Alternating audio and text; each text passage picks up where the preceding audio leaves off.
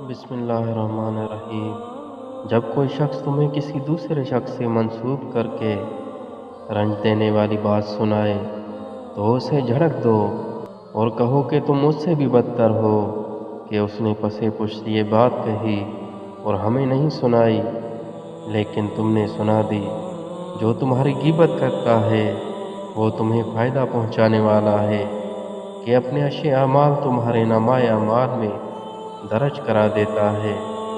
रिज़्क़ की वो फराखी जिस पर शुक्र ना किया जाए और माश की वो तंगी जिस पर सब्र ना किया जाए फितना बन जाती है।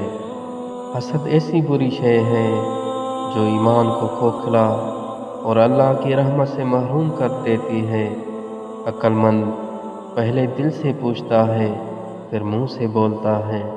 अल्लाह ताला की अताअत को लाज़िम कर, ना किसी से खौफ खा ना तमा रख। सारी हाजतें खुदा ताला के सामने बयान कर, उसी से मांग और उसके सिवा किसी पर भरोसा मत रख।